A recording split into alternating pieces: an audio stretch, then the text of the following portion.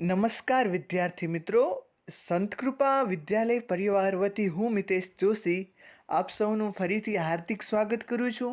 વિદ્યાર્થી મિત્રો, આજે આપણે એક નવો એકમ ન્યાય પરિચય કે જેનો આજે આપણે અભ્યાસ કરવાના છીએ. તો આપણે ન્યાય પરિચય વિશે જાણીએ. તો ન્યાય પરિચયની શરૂઆત કરતાં પહેલાં સર્વપ્રથમ ન્યાય કોને કહેવાય, આ જે ન્યાય શબ્દ છે તે કોને કહેવાય એના વિશે આપણે સમજ મેળવી લઈએ. તો સામાન્ય રૂપથી તમે જ્યાં 11મું ધોરણ ભણતા હતા તો ત્યાં ન્યાય કોને કહેવાય એના વિશે તો તમને સ્પષ્ટતા કરવામાં આવેલ જ હતી, પરંતુ આપણે જે બાબત અગાઉ શીખી ગયા તેનું પુનરાવર્તન થઈ જાય એ અર્થે ન્યાય કોને કહેવાય એ બાબતની આપણે ટૂંકમાં ચર્ચા કરી લઈએ. તો સામાન્ય રૂપથી ન્યાય કોને કહેવાય, તો એના વિશે હું તમને એક વાત કહું કે એ બાબત તમે બરાબર ધ્યાનથી સાંભળજો. તો પોતાની ધારેલી વાત, હું ન્યાય કોને કહેવાય એ વિશે વાત કરી રહ્યો છું. તો કે પોતે કહેવા ધારેલી વાત ખૂબ જ સંક્ષિપ્તમાં, પોતે મનમાં ધારેલી વાત ખૂબ જ સંક્ષિપ્તમાં છતાંય સચોટ રીતે કહેવા. એક તો પોતે ધારેલી વાત ખૂબ જ સંક્ષિપ્તમાં અને છતાંય ખૂબ જ સચોટ રીતે કહેવા. જે દ્રષ્ટાંતો વાપરવામાં આવે તેને સામાન્ય રૂપથી ન્યાય કહેવામાં આવે છે. તો ટૂંકમાં એક ઉદાહરણ દ્વારા તમને સમજાવું કે સમજી લો કે એક પાત્ર છે, એટલે કે કોઈ એક વાસણ પાત્ર છે, તેનામાં બે પાત્રો છે, તેનામાં એક પાત્રમાં દૂધ પડ્યું છે અને બીજા પાત્રમાં છે તે પાણી પડ્યું છે. તો આ બંને પાત્રો છે તે પાત્રોને કોઈ વ્યક્તિ એક મોટા પાત્રમાં ભેગા કરી નાખે, એટલે કે દૂધને પાણી છે તો આ દૂધને પાણીને કોઈ એક વ્યક્તિ મોટા પાત્રમાં ભેગા કરી નાખે અને પછી કોઈ એ પાત્રમાં કોઈ એ વ્યક્તિને એમ કહે કે આ પાત્રમાંથી તમે દૂધ અને પાણી અલગ કરો. તો આ ખરેખર મુશ્કેલ બાબત થઈ જાય, કારણ કે દૂધ અને પાણી સામાન્ય રૂપથી અલગ થઈ ન શકે, પરંતુ ભગવાને હંસને એવી તાકાત આપી છે કે તે દૂધમાંથી પાણીને અલગ કરી શકે. તો આમાંથી એક ન્યાય બન્યો નીર અને ક્ષીર ન્યાય. બરાબર, એટલે કે નીર અને ક્ષીર ન્યાય. તો નીર એટલે પાણી અને ક્ષીર એટલે કે દૂધ, અને ન્યાય એટલે કે અગાઉ વાત કરી એમ. તો હવે આને એક દ્રષ્ટાંત દ્વારા હું તમને સમજાવું. તો સમજી લ્યો કે કોઈ એક વ્યાપારી અને એક વ્યક્તિ વચ્ચે ખૂબ જ મોટો ઝઘડો થયો. કોઈ પણ રીતે આ ઝઘડાનો નિવેડો ના આવ્યો. આ ઝઘડો ન્યાયાલયમાં લઈ જવામાં આવ્યો. તો ત્યારે ન્યાયાલયના જે ન્યાયાધીશ હતા તે ન્યાયાધીશે બધી વસ્તુઓ જાણી, પ્રત્યક્ષ અને પરોક્ષ રીતે જે પ્રમાણો હતા તે પ્રમાણો તેમને જાણ્યા અને અંતે જે ન્યાયાધીશ છે તેણે પોતાનો નિર્ણય સંભળાવ્યો. તો ન્યાયાધીશે શું કર્યું કે આનામાં જે સાચો વ્યક્તિ હતો એને સજા ફરમાવે, એટલે કે સમજી લો કે આનામાં જે વ્યાપારી છે તે ખોટો હતો તો વ્યાપારીને એને સજા ફરમાવે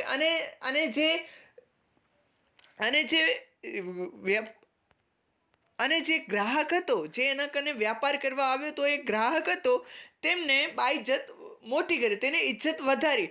તો આનામાં ન્યાયાધીશે શું કર્યું કે જે દૂધનું દૂધ કર્યું, એટલે કે જે સાચા વ્યક્તિ હતા એને સાચો ફરમાવ્યો અને પાણીનું પાણી કર્યું. તો જે ખોટા વ્યક્તિ હતા તેને દૂર કરી નાખ્યા, એટલે કે નિરક્ષીર ન્યાય કર્યો.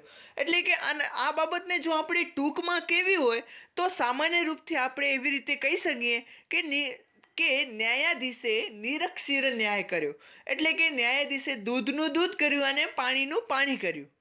જેવી રીતે હંસ દૂધ અને પાણીને અલગ કરી શકે, તેવી જ રીતે ન્યાયાધીશે પણ ખોટા અને સાચા વ્યક્તિને અલગ કર્યા. તો આ બાબત આપણે જો આપણે ન્યાયની ભાષામાં કહેવી હોય તો આ ન્યાયને નિરક્ષીર ન્યાય કહેવાય. બરાબર, તો આશા છે કે આ ન્યાય શબ્દ છે તેને બરાબર સમજી ગયા હશો. તો વિદ્યાર્થી મિત્રો, આજે આપણે આવા જ ઘણા બધા ન્યાયો છે તેની વિશે આજે આપણે પરિચય મેળવવાનો છે. તો હવે આપણે પ્રથમ ન્યાયથી શરૂઆત કરીએ. તો પ્રથમ ન્યાય છે અગ્નિ અગ્નિ શિખાને એટલે કે અગ્નિની શિખા એટલે કે જ્વાળા અને એના ઉપરથી આ ન્યાયની પરિકલ્પના કરવામાં આવી છે. તો સર્વપ્રથમ આપણે ફકરાના વાંચન કરી લઈએ. તો અગ્નિની શિખા એટલે કે જ્વાળા એના ઉપરથી આ ન્યાયની પરિકલ્પના કરવામાં આવી છે. અગ્નિની જ્વાળા સ્વાભાવિક રીતે જ ઉપર તરફ ગતિ કરે છે.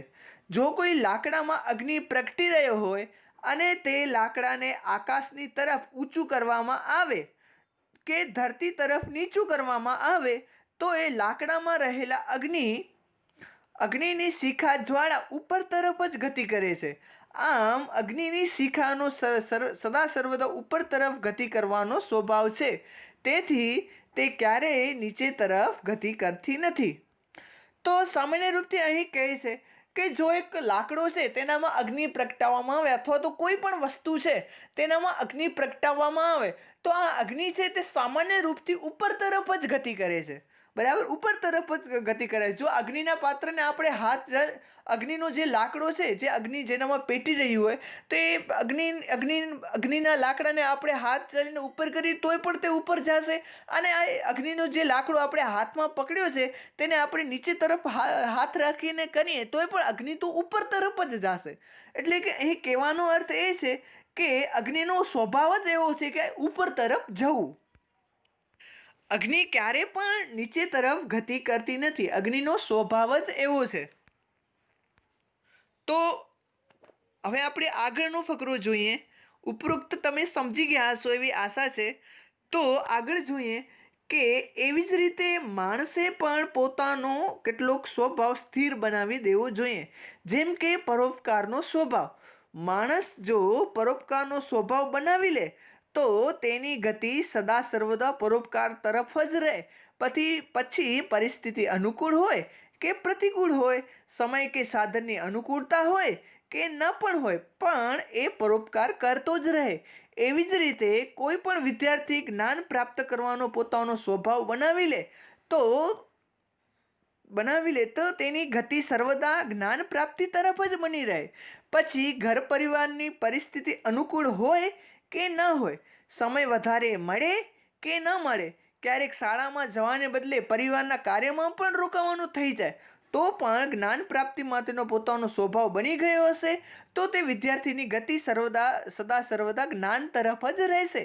સાર એ છે કે માણસે પોતાનો એક સ્વભાવ બનાવવાનો છે અને અગ્નિની ઉર્ધ્વગામી શિખાની જેમ સતત એ સ્વભાવને જાળવી રાખવાનો છે. આમ આ ન્યાય સમજાવે છે કે માણસનો જે ઉત્તમ સ્વભાવ છે તે સદા સર્વદા જળવાઈ રહે તે માટે સદાય પ્રયત્નશીલ રહેવું જોઈએ.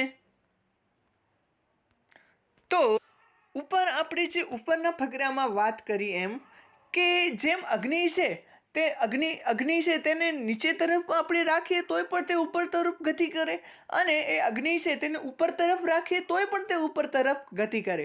આપણે એની સ્થિતિ ભરે અલગ અલગ કરીએ એટલે કે નીચે રાખીએ કે ઉપર રાખીએ પરંતુ તે અગ્નિ છે તે ઉપર તરફ જ ગતિ કરશે કારણ કે અગ્નિનો સ્વભાવ જ છે કે ઉપર તરફ ગતિ કરવાનો. તો અહીં એવી જ રીતે સમજાવે છે કે એવી જ રીતે માણસે પણ પોતાનો સ્વભાવ સ્થિર બનાવી દેવો જોઈએ જેમ કે પરોપકારનો સ્વભાવ. તો માણસે પોતાનો જેમ અગ્નિનો સ્વભાવ સ્થિર છે કે જેવી રીતે અગ્નિને ઉપર તરફ જ ગતિ કરવી ગમે તે પરિસ્થિતિ હોય, ભલે અગ્નિ નીચે હોય કે અગ્નિ ઉપર હોય પણ અગ્નિનો સ્વભાવ એવો છે કે ઉપર તરફ જ ગતિ કરવી. તેવી જ રીતે માણસે પણ પોતાનો સ્વભાવ અગ્નિની જેમ સ્થિર બનાવી દેવો જોઈએ કે કોઈ પણ પરિસ્થિતિ હોય પરંતુ આપણે એક જગ્યાએ જ ગમન કરવું. જેમ કે અહીં સમજાવે છે કે માણસ જો પરોપકારનો સ્વભાવ બનાવી લે તો તેની ગતિ સર્વદા પરોપકાર તરફ જ રહે છે. પછી પરિસ્થિતિ અનુકૂળ હોય કે પ્રતિકૂળ હોય, સમય કે સાધનની અનુકૂળતા હોય કે ન હોય, ન પણ હોય, પરંતુ એ પરોપકાર કરતો રહે. એટલે કે અહીં કહેવા માંગે છે કે જેવી રીતે અગ્નિનો સ્વભાવ ઉપર તરફ ગમન કરવાનો છે, ભલે પરિસ્થિતિ ગમે તે હોય, તેવી જ રીતે માણસ પણ પોતાનો સ્વભાવ પરોપકારવાળું બનાવી લે અને સદા સર્વદા એ સ્વભાવમાં લાગ્યું રહે. પછી પરિસ્થિતિ ભલે ગમે તેવી હોય, કે અનુકૂળ હોય કે પ્રતિકૂળ હોય, પરંતુ માણસે સદાય પરોપકાર કરતા જ રહેવાના. ભલે પોતાની પાસે સાધનની અનુકૂળતા ન હોય, કે હોય કે ન હોય, પરંતુ માણસે સદાય પરોપકાર કરતો લેવાનો, બરાબર. તો એ પ્રકારે માણસે એવો સ્વભાવ જ બનાવવાનો છે. જેમ કે હું તમને એક આ બાબતે કર્ણનું દ્રષ્ટાંત આપું, તો આ કર્ણ છે તે ખૂબ જ મોટા દાનવીર કર્ણ તરીકે પ્રખ્યાત હતા, બરાબર. આ કર્ણે અનેકો લોકો ઉપર અનેકો લોકોને ખૂબ જ દાન આપ્યું હતું. તો એકવાર શું થયું કે આ કર્ણ પાસે દાન લેવા માટે દેવરાજ ઇન્દ્ર આવ્યા. આ ઇન્દ્ર છે તે સામાન્ય રૂપથી દેવતાઓનો રાજા કહેવાય છે. તો આ દેવરાજ ઇન્દ્રે કર્ણ પાસે જે એનું શરીરથી જોડાયેલું જે એનું કવચ હતું તે એને માંગણી કર્યું. તો આ દેવરાજ ઇન્દ્રને કર્ણે પોતાના શરીરથી જોડાયેલું કવચ પણ એને દાનમાં આપી દીધું. એટલે કે આ દાનમાં દેવા માટે કર્ણને અનેકો દુઃખ વેઠવા પડ્યા, છતાં એ કવચ પણ એમને દાનમાં આપી દીધું. તો અહીં કર્ણની છે તે પરોપકારિતા બતાવાઈ છે. એવી જ રીતે બીજું એક દ્રષ્ટાંત છે કે મહારાજ શિબીનું. તો પ્રાચીન કાળની એક વાત છે કે મહારાજ શિબી નામના રાજા ખૂબ જ પરોપકારી સ્વભાવ હતા. એની પરિસ્થિતિ ગમે તે હોય, પરંતુ તે પરોપકાર કરતા ક્યારે પણ ચૂકતા નહીં. તો એકવાર શું થયું કે તેની પરીક્ષા લેવા ભગવાન વિષ્ણુ અને ઇન્દ્ર આવ્યા. તો શું થયું કે ભગવાન વિષ્ણુ, જે ઇન્દ્ર હતા, તેમને એક હોલાનું રૂપ લીધું, અને જે ઇન્દ્ર હતા, જે ભગવાન ઇન્દ્રએ હોલાનું રૂપ લીધું, અને જે વિષ્ણુ હતા તેમણે છે તે ગરુડનું રૂપ લીધું. તો સામાન્ય રૂપથી જે ગરુડ પક્ષી હોય તે હોલા હોય, જે નાના નાના પક્ષી હોય તેને એ ખાઈ જાય. તો થયું શું કે આ જે હોલાનું રૂપ, જે ગરુડનું પક્ષી લીધેલા જે ભગવાન વિષ્ણુ હતા, તેઓ હોલાને મારવા આગળ તરફ ઇન્દ્રરૂપી હોલાને મારવા આગળ વધતા હતા. તો આ હોલો છે, ઇન્દ્રરૂપી જે હોલો છે, તે મહારાજ શિબીના શરણમાં આવ્યો. તો મહારાજ શિબીના શરણમાં આવ્યો. તો મહારાજ શિબીએ ગરુડને કહ્યું કે આ મારા શરણમાં આવ્યો છે, તું એને ખાઈ શક નહીં, બરાબર.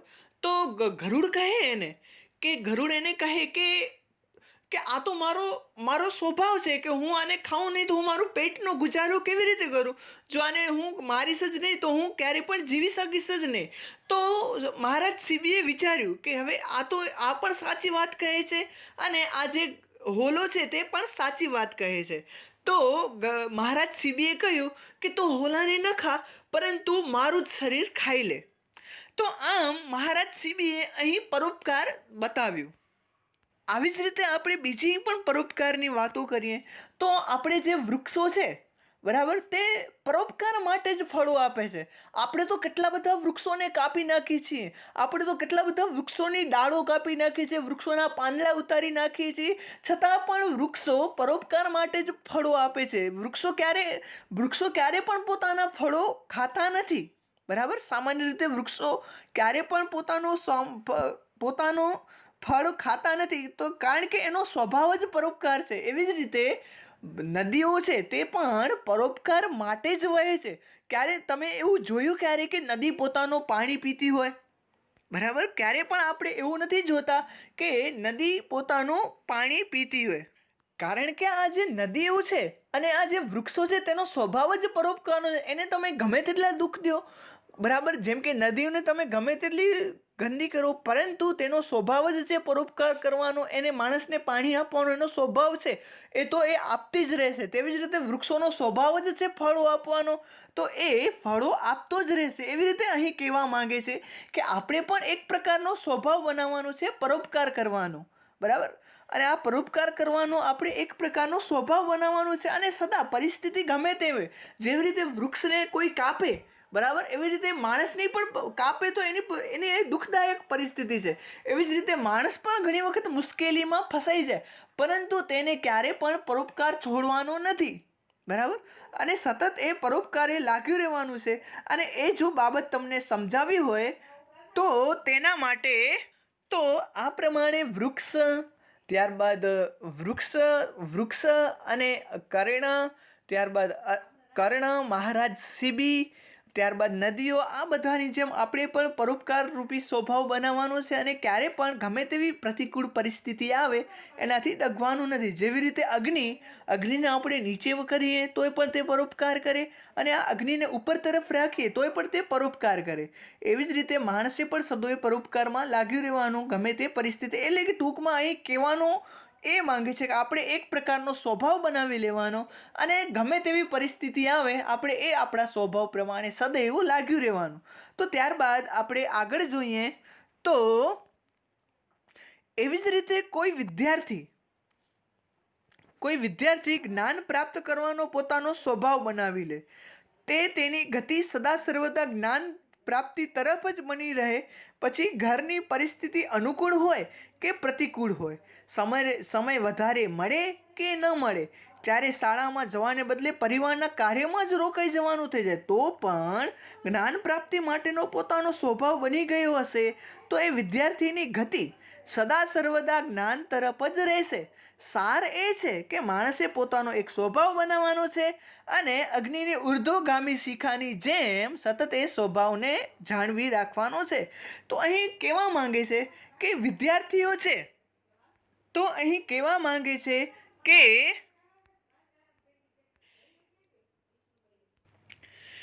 ભલે કોઈ પણ વિદ્યાર્થીનો એક પ્રકારનો જ્ઞાન પ્રાપ્તિનો સ્વભાવ બનાવવાનો છે કે જો, અને જ્ઞાન પ્રાપ્તિમાં ભલે તેને ગમે તેટલી મુસીબતો પડે છતાંય તે પોતાના વિષય ઉપર તેને અડીગ રહેવાનું છે.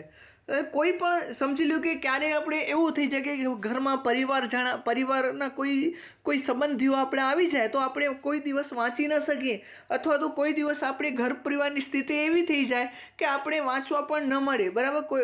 ઘણીવાર આપણે એવું થાય કે આપણે ક્યાં જતા હોઈએ ને વચમાં આપણે ક્યાં અટકી જવાનો પણ સમય આવે, તો આવી બધી પરિસ્થિતિઓ થાય. પરંતુ આપણે સદાય જ્ઞાન પ્રાપ્તિનો જે આપણે સ્વભાવ બનાવ્યો છે તે આપણે ક્યારે પણ છોડવાનો નથી. જેવી રીતે અગ્નિને આપણે નીચે કરીએ તોય પણ તે ઉપર તરફ જાય, અને આપણે અગ્નિને ઉપર તરફ પણ પકડી રાખીએ તોય પણ જે એ અગ્નિ છે એ ઉપર તરફ જાય.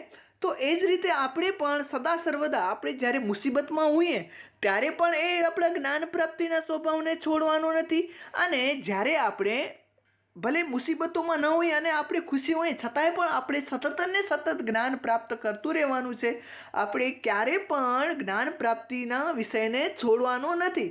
એટલે કે ગમે તે પરિસ્થિતિ હોય આપણને જ્ઞાન પ્રાપ્ત કરવાનું છે. અને અહીં કહેવાનો સાર એ છે કે માણસે પોતાનો એક પ્રકારનો સ્વભાવ બનાવવાનો છે. એટલે કે સમજી લો કે તમને સિંગિંગમાં રસ છે, બરાબર, તમને ગાવામાં રસ છે, તો ભલે પરિસ્થિતિ ગમે તે આવે, બરાબર, તમે ક્યારેક તમારા પરિવારમાં ક્યારેક એવી પરિસ્થિતિ આવે કે તમને કોઈ રૂપિયા ટકાએ પહોંચી ન શકો, ક્યારેક પરિવારમાં એવી પરિસ્થિતિ આવે કે તમને જે આપણા મોટા વડીલો છે તે તમને ગાવાની ના કહેતા હોય, તો ક્યારેક ઘરમાં એવી પરિસ્થિતિ આવે કે આપણા ભાઈ બહેનોની જવાબદારી પણ આપણા ઉપર આવી જાય. પરંતુ આ બધી પરિસ્થિતિઓ છે તેનાથી આપણને હારવાનું નથી. બરાબર. આપણે શું છે, ગમે તે પરિસ્થિતિ આપણે જે સિંગિંગ શીખવાનો જે આપણો સ્વભાવ છે તેને પકડી રાખવાનો છે. ભલે મુશ્કેલો આવે અનંત, આપણે છીએ અડગ. બરાબર. એવું કહેવાય છે કે અડગ મનવાળાને હિમાલય પણ નડતો નથી. તો આપણે જેમ અગ્નિની શ્વાખા ઉપર તરફ જ જાય તેવી જ રીતે આપણે આપણા વિષય તરફ ગમે તે પરિસ્થિતિ, આપણે નીચા હોઈએ, મુશ્કેલીમાં હોય તો પણ અડગ રહેવાનું, અને આપણે જ્યારે ખુશ હોઈએ, બરાબર, આપણે મુશ્કેલીમાં ન હોય ને આપણે બધી પરિસ્થિતિ આપણા અનુકૂળ હોય તોય પણ આપણે ખુશ રહેવાનું. તો આ ન્યાય એ સમજાવે છે કે માણસે પોતાનો જે ઉત્તમ સ્વભાવ છે તે સદા સર્વદા જળવાઈ રહે તે માટે સદૈવ પ્રયત્નશીલ રહેવું જોઈએ. એટલે કે આપણું જે જ્ઞાન પ્રાપ્તિ કરવાનો જે સ્વભાવ છે, પરોપકાર કરવાનો જે ઉત્તમ સ્વભાવ છે, તો તેને કોઈ પણ પરિસ્થિતિમાં મૂકવું નહીં. અથવા તો તમારા વિષયો અનુસાર અનેકો આવા સ્વભાવ હોય, જેમ કે કોઈને ચિત્રો દોરવામાં રસ હોય તો એને ચિત્ર દોરવામાં એને ગમે તે પરિસ્થિતિ આવે, ભલે એને મુશ્કેલીઓ આવે કે ના આવે, બરાબર, પરંતુ તે એને ક્યારે પણ ચિત્ર દોરો જે પોતાનો સ્વભાવ છે તે છોડવાનો નથી અને સારાને સારા ચિત્રો બનાવવાનો પ્રયત્ન કરવાનો છે. જેમ કે કોઈને રમતગમતમાં રસ હોય અથવા તો કોઈ એક ક્ષેત્રમાં, જેમ કે કોઈ એકને કબડ્ડીમાં રસ છે, બરાબર, તો આ કબડ્ડીમાં એને ભલે ગમે તેવી પરિસ્થિતિ આવે છતાંય તેમને કબડ્ડીનો જે એનો રમવાનો સ્વભાવ છે તે છોડવાનો નથી. અને જે વ્યક્તિ અડધા વચ્ચેથી જો છોડી દે છે તે જીવનમાં ક્યારેય પણ સફળ થતો નથી. તો વિદ્યાર્થી મિત્રો, આ માટે આપણે અનેકો દ્રષ્ટાંતો જોઈએ. તો આ બાબતે અનેકો દ્રષ્ટાંતોમાં જોઈએ તો સૌથી પહેલાં ઘણા બધા આપણને એમ કહેતા હોય કે અમને જીવનમાં છે તે ક્યારે પણ ઉચિત શિક્ષા લેવાનો લાભ મળ્યો નહીં, તેથી અમે જીવનમાં આગળ ન વધી શક્યા, બરાબર. એટલે કે એ હારીને બેસી ગયા, એનું કહેવાનો મતલબ. પરંતુ વર્તમાન સમયની આવી જ એક વાત તમને જણાવું કે ધીરુભાઈ અંબાણી, બરાબર, તો આ ધીરુભાઈ અંબાણી છે તેને પણ ઉચિત શિક્ષા લેવાનો ક્યાંય પણ લાભ મળ્યો નહોતો, બરાબર, ક્યાંય પણ તે ઉચિત શિક્ષા લેવાનો લાભ મળ્યો નહોતો, પરંતુ તેને વ્યાપારમાં સતત જ્ઞાન પ્રાપ્તિ કરવાનો સ્વભાવ હતો. એટલે કે સતત ને સતત તે નવું ને નવું જાણવાની ઈચ્છા જ રહેતી અને આ કારણે તે ભારતના સૌથી અમીર વ્યક્તિ બની શક્યા, બરાબર. જેનું સતત જાણવાનો સ્વભાવ હતો તેના કારણે તે ભારતના સૌથી અમીર વ્યક્તિ બની શક્યા. તો એના પાછળનું કારણ શું? એનો સ્વભાવ. એનો ક્યારે પણ હારવાનો સ્વભાવ નહોતો. એને જીવનમાં ક્યારે પણ હાર ન માની, સતત એ પોતાને એક વસ્તુને તે પકડી રહ્યા અને અંતે તે સફળ થયા. આવી જ રીતે ઘણા બધા એવું કહેતા હોય કે બાળપણના સમયમાં હું ઘણો જ ગરીબ હતો, બરાબર, મારી પરિસ્થિતિ ખૂબ જ ખરાબ હતી, તો આ કારણે હું જીવનમાં કાંઈ પણ કરી શક્યો નહીં. તો તમે જાણતા જશો એપીજે અબ્દુલ કલામને, બરાબર. આ એપીજે અબ્દુલ કલામ ને જીવનમાં કેવી પરિસ્થિતિનો સામનો કરવો પડ્યો, પરંતુ જે એનો સ્વભાવ હતો જ્ઞાન પ્રાપ્તિ કરવાનો એ એમણે ક્યારે પણ છોડ્યો નહીં, બરાબર. તેઓ રેલ હોય તો એનામાંથી જે એ છાપાઓ વેચતા, પરંતુ તેમને ક્યારે પણ ભણવાનું મૂક્યું નહીં. તેમના ઘરમાં રૂપિયા ન હોતા છતાંય પણ તેમને ભણવાનું મૂક્યું નહીં અને અંતે તમે જુઓ કે એ વ્યક્તિ કેટલા આજે એ ભારતના રાષ્ટ્રપતિ બની ગયા અને તેમને મિસાઇલ મેન જેવી ઉપાધિ આપવામાં આવી. તો એ કેના લીધે? કે એ તેના સતત ઉપર ગમન કરવાના સ્વભાવને લીધે, બરાબર. ત્યારબાદ ઘણા બધા એવું કહેતા હોય કે હું પગે ખોડો હતો, કે મને બરાબર દેખાતું નહોતું, કે મને બરાબર સંભળાતું નહોતું, તો હું જીવનમાં કાંઈ પણ કરી શક્યો નહીં.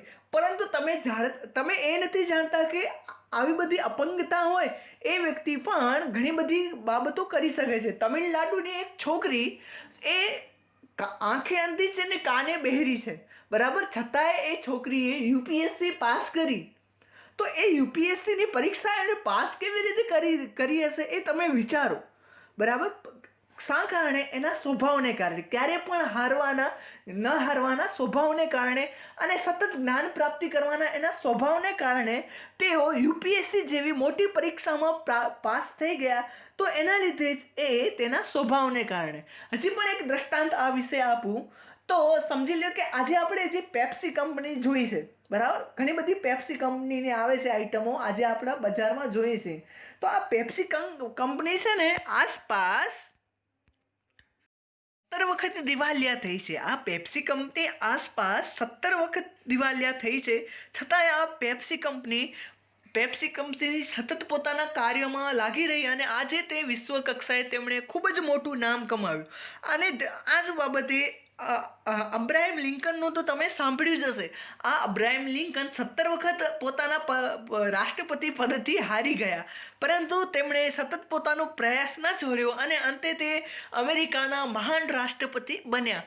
તો કહેવાનો અર્થ એ જ છે કે એક પ્રકારનો આપણે ઉત્તમ પ્રકારનો સ્વભાવ બનાવવાનો છે અને એ સદા સર્વદા જળવાઈ રહે એ માટે સતત પ્રયત્નશીલ રહેવાનું છે. અને જો આપણે સતત આ બાબતે પ્રયત્નશીલ રહેશું તો જીવનમાં આપણે સફળતા મળશે જ, એવું આ ન્યાય કહે છે. તો ટૂંકમાં અગ્નિશિખા ન્યાય જેના વિશે આપણે બરાબર શીખ્યા, તો આ છે અગ્નિશિખાના. એટલે કે ટૂંકમાં હજી પણ એકવાર સમજાવી દઉં તો અગ્નિને બારીએ તો અગ્નિને આપણે નીચે સમજી લો કે એક અગ્નિ બળતા લાકડાને આપણે પકડીએ અને આ લાકડાને આપણે નીચે તરફ કરીએ તો એ લાકડું ઉપરની તરફ જ બળશે, અને આ લાકડાને આપણે ઉપરની તરફ કરીએ તો એ પણ આ લાકડું છે તે ઉપરની તરફ જ બળવાનો છે.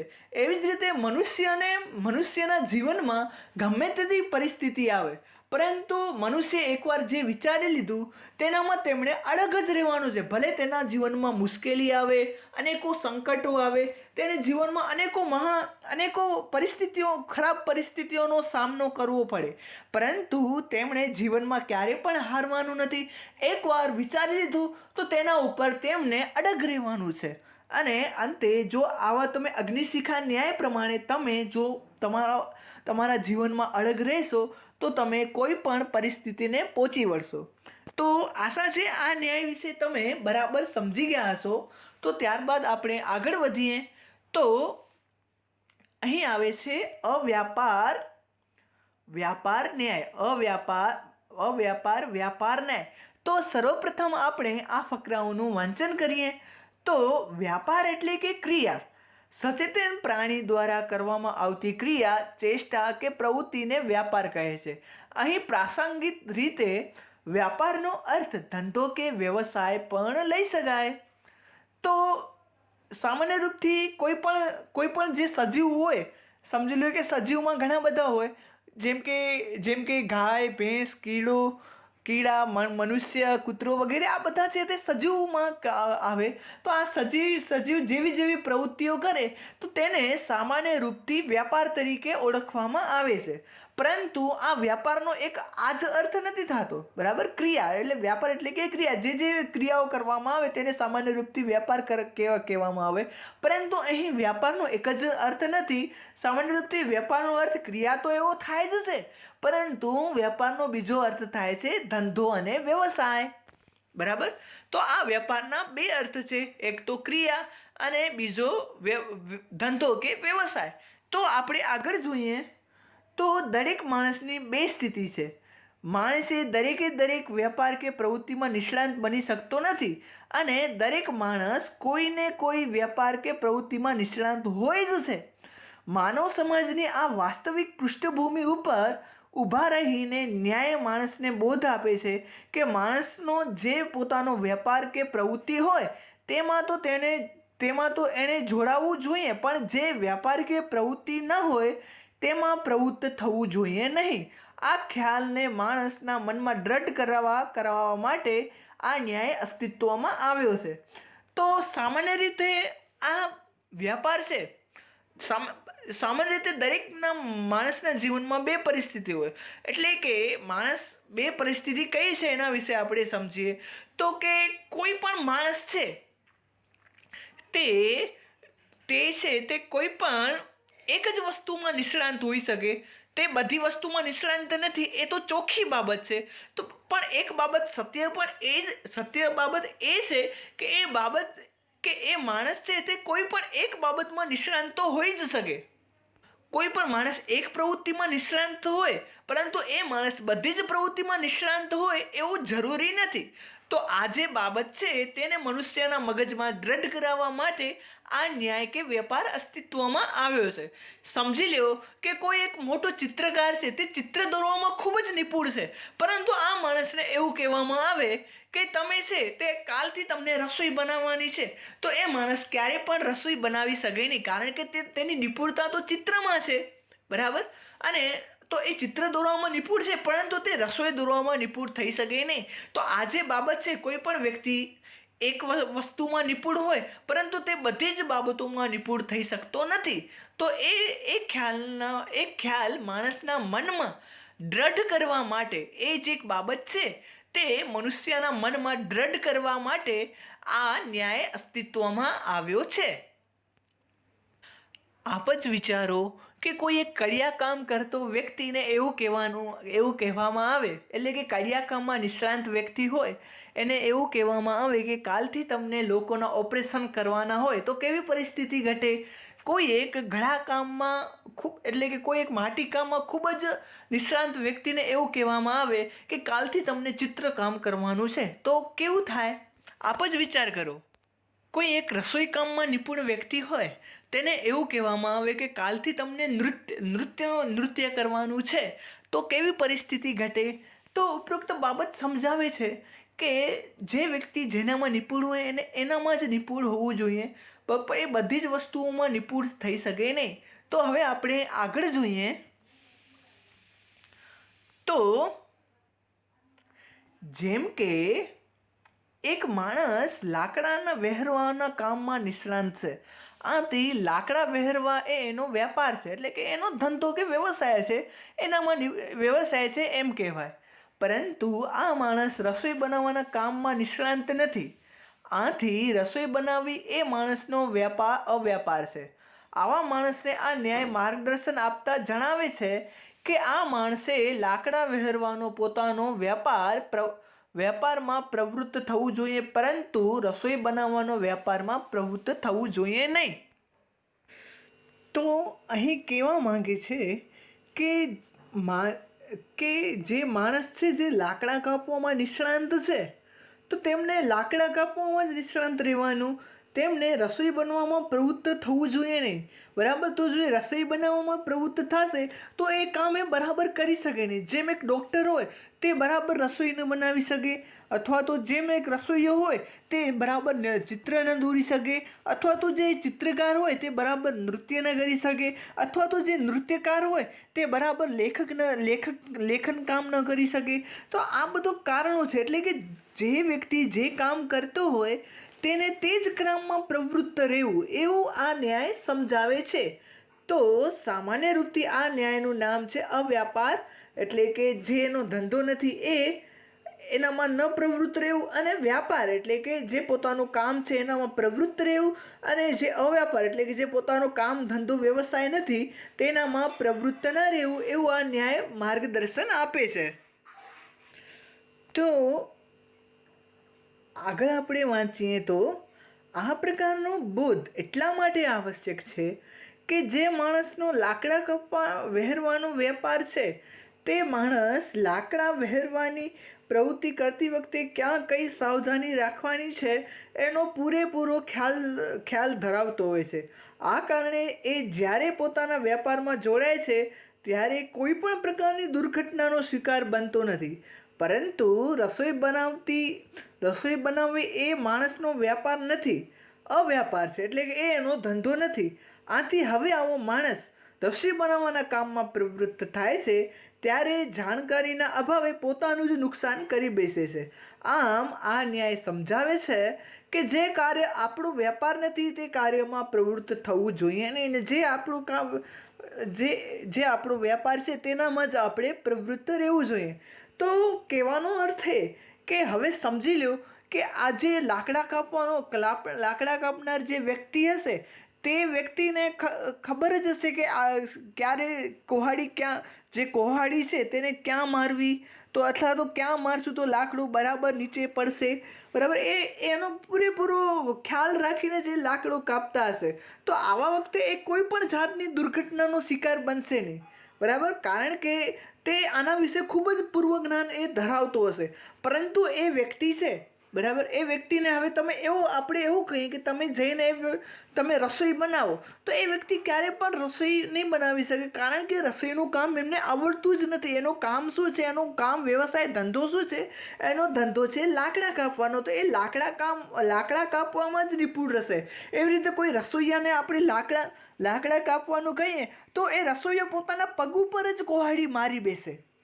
બરાબર? તો કહેવાનો અર્થ એ કે જે વ્યક્તિ છે જેનામાં નિપુણ છે એને એ જ કાર્ય, પોતાનું જે કામ હોય તેનામાં જ એને પ્રવૃત્ત રહેવાનું, ને જે પોતાનું કામ હોય તેના ઉપર પ્રવૃત્ત, જેને પોતાનું કામ ન હોય તેનામાં પ્રવૃત્ત રહેવું જોઈએ નહીં. આ ન્યાય એ બાબત સમજાવે છે. એટલે કે પોતાના કાર્યમાં જ પ્રવૃત્ત રહેવું, જે આપણને આવડતા ના હોય એવા કાર્યો કરવા જોઈએ નહીં. તો ઉપરોક્ત બાબત કહેવાનો એક અર્થ આપણે એ નથી સમજવાનો કે આપણે છે તે કોઈ પણ જે નવું કામ શીખવાનું નથી, પરંતુ કહેવાનો અર્થ કે આપણે જે વ્યવસાય ધંધો કરીએ છીએ તેનામાં જ આપણે પ્રવૃત્ત રહેવાનું. હવે આનો અર્થ ઘણા બધા એવો કરી બેસે કે આપણે નવું નથી શીખવાનું, આપણે જે કામ આવડતું હોય એનામાં જ આપણે પ્રવૃત્ત રહેવાનું. તો એવું નથી, નવું શીખવાનું છે, પરંતુ નવી શીખેલી બાબત જ્યારે આપણે બરાબર આવડી જાય ત્યારે આપણે કોઈ બીજી બાબત નથી કરવાની, પરંતુ એ બાબતમાં જ પૂરતું ધ્યાન આપવાનું છે. સમજી લો કે કોઈ એક ડૉક્ટરી કામ એક વ્યક્તિ શીખ્યો, તો એ ડૉક્ટરી કામ કરનારો વ્યક્તિ છે તે સિલાઈ કામ કરવા જાય તો એ સિલાઈ કામ ન કરી શકે, બરાબર. એ ચોક્કસ વાત છે, કારણ કે ડૉક્ટરને સિલાઈ કામનો કોઈ પણ અનુભવ નથી. એવી જ રીતે જો સિલાઈ કામ કરનાર વ્યક્તિ જો ડૉક્ટરની જેમ ઓપરેશન કરવા જાય તો એને તો કંઈ ખબર જ ન પડી કે પેટમાં નસો ક્યાંથી જાય છે. જે બધી બાબત ડૉક્ટરોને એ બધી જ બાબતનો ખ્યાલ હોય છે, જ્યારે સિલાઈ કામ કરનાર વ્યક્તિને એ બાબતની જાણ હોતી નથી કે આ પેટની નસો ક્યાંથી જાય છે. જો એ સિલાઈ કામ કરનાર દરજી હોય તેને જો પેટનું ઓપરેશન કરવાનું કહેવામાં આવે તો તે તો પેટની નસો પણ કાપી નાખે અને આ કારણે વ્યક્તિનું મૃત્યુ પણ થઈ શકે. તો કહેવાનો અર્થ એ કે જે પોતાનું કામ હોય એનામાં જ પ્રવૃત્ત રહેવું. હા, નવી બાબતો શીખવાની, પરંતુ એ નવી બાબતને પોતાનો ધંધો વ્યવસાય બનાવવાનો, બરાબર. પોતાનો ધંધો વ્યવસાય, પરંતુ કોઈ જે નવી બાબત હોય એટલે કે આપણને આવડતી એક બાબત હોય અને આપણે કરીએ કંઈ બીજી બાબત, તો એ નહીં કરવાની. આનો સાર એ જ છે. આના માટે હું તમને એક પંચતંત્રની એક સારી એવી વાર્તા સંભળાવું ને ત્યારબાદ આપણે આ કિલોટપાતી વાંદરની પણ વાર્તા સાંભળશું. તો એકવાર શું થયું કે એક રાજા છે તે એક વાનર ઉપર ખૂબ જ ખુશ થયો, બરાબર. તો સામાન્ય રીતે વાનર હોય તે સ્વભાવના ખૂબ જ ચંચળ હોય, એ તો તમે જાણતા જ હશો. તો આ રાજા છે તે વાનર ઉપર ખૂબ જ ખુશ થયો ને આ રાજાએ એવું વિચાર્યું કે આ વાનરને હું મારો દાસ બનાવું, બરાબર. અને તો વાનર પણ દાસ બનવા માટે રાજી થઈ ગયો.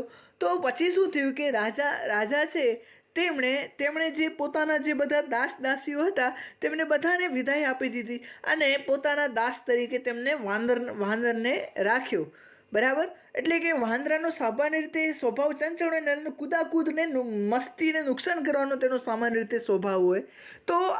તો થયું શું કે રાજા આરામ કરી રહ્યા હતા ને એવામાં જ શું થયું કે રાજાની આજુબાજુ માખી ફરી રહી હતી, બરાબર. રાજાની આજુબાજુ માખી ફરી રહી હતી.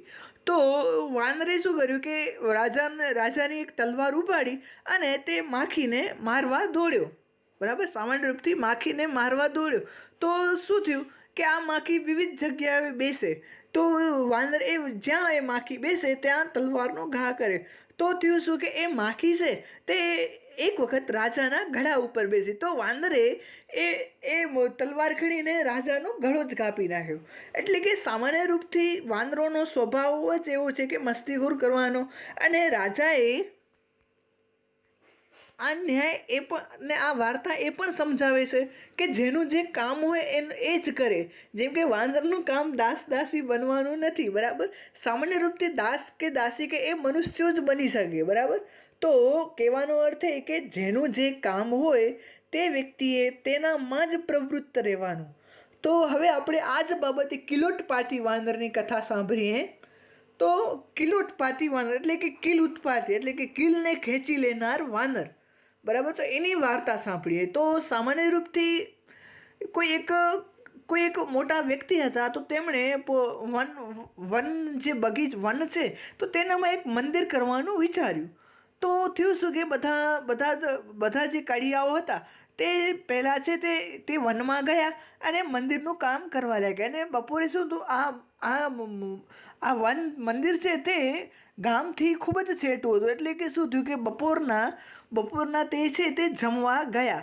તો સામાન્ય રૂપથી બપોરના જમવા ગયા તો આ માટે સામાન્ય રૂપથી એક કડિયાએ શું કર્યું કે તેનું કામ અધૂરું રહ્યું હતું, બરાબર. અધૂરું રહી ગયું હતું. તો શું થયું કે તેમણે એ અધૂરું કામ ત્યાં જ મૂકી દીધું અને જે અધૂરું કામ હતું તો તેનામાં એક ખીલો ભરાઈ દીધો. એક વૃક્ષ હતો, એક મંદિરના નિર્માણ માટે તેને વૃક્ષની જરૂર હતી. તો તે વૃક્ષ કાપી રહ્યો હતો, પરંતુ આ વૃક્ષનું કામ અધવચ્ચે મૂકી અને તેના વચ્ચે તે લાકડો ભરાવી અને એ જમવા માટે નીકળી ગયો, તો જેવા માણસો ત્યાંથી ગયા તેવા જ એ વનમાં રહેલા વાંદરાઓ છે તે તે જ્યાં મંદિરનું નિર્માણ કાર્ય થઈ રહ્યું હતું ત્યાં બાજુમાં આવ્યા. તો જે મંદિરનું નિર્માણ કાર્ય થઈ રહ્યું હતું તેને એ વાંદરાઓ જોઈ રહ્યા હતા. તો એક વાંદરાએ જોયું કે આ માણસ છે તે કેવી રીતે ખીલીને કાઢે છે, કેવી રીતે ખીલે છે. એવી જ રીતે એ વાંદરો છે તે સામાન્ય રૂપથી એ ખીલીને કાઢવા ગયો. તો એ જેવી એને જે વૃક્ષ ઉપર ભરાવેલી જે ખીલી હતી તે તેમણે કાઢી.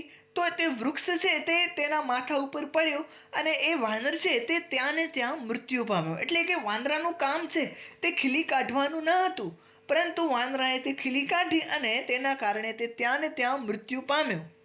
તો કહેવાનો અર્થ એ કે જેનું જે કામ હોય તેનામાં જ તેમણે પ્રવૃત્ત રહેવું જોઈએ. પોતાનું જે કામ ન હોય તેનામાં તેમણે જોડાવવું જોઈએ નહીં.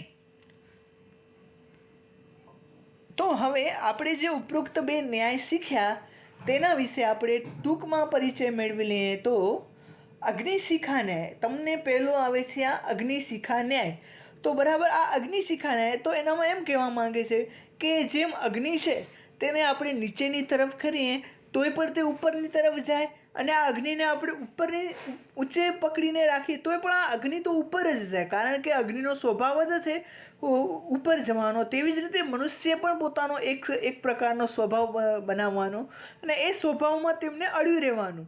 ભલે તેમને ઘણી બધી મુસીબતો આવે, બરાબર, ગમે તેટલા દુઃખો આવે, ગમે તેવી કષ્ટભરી પરિસ્થિતિઓમાં પસાર થવું પડે, પરંતુ તેમણે પોતાના સ્વભાવ ઉપર અડ્યું રહેવાનો અને અંતે અગ્નિની જેમ ઉપરની તરફ જ ગતિ કરવાની. અને જો આવા સ્વભાવ ઉપર જો આપણે અડ્યા રહીએ તો અંતે આપણે સફળતા મળે છે. ત્યારબાદ જે બીજો ન્યાય છે તેના વિશે આપણે ટૂંકમાં સમજી લઈએ. તો અવ્યાપાર વ્યાપાર ન્યાય. તો આ ન્યાય એ કહેવા માંગે છે કે જે પોતાનું કામ છે તેનામાં જ પ્રવૃત્ત રહેવું. જે આપણું કામ નથી તેનામાં આપણે જોડાવવું જોઈએ નહીં. કારણ કે જો એક રસોઈ બનાવનાર વ્યક્તિ લાકડા કાપવામાં જોડાય તો એ બરાબર લાકડા કાપી ન શકે, એ પોતાનું જ નુકસાન કરી બેસે.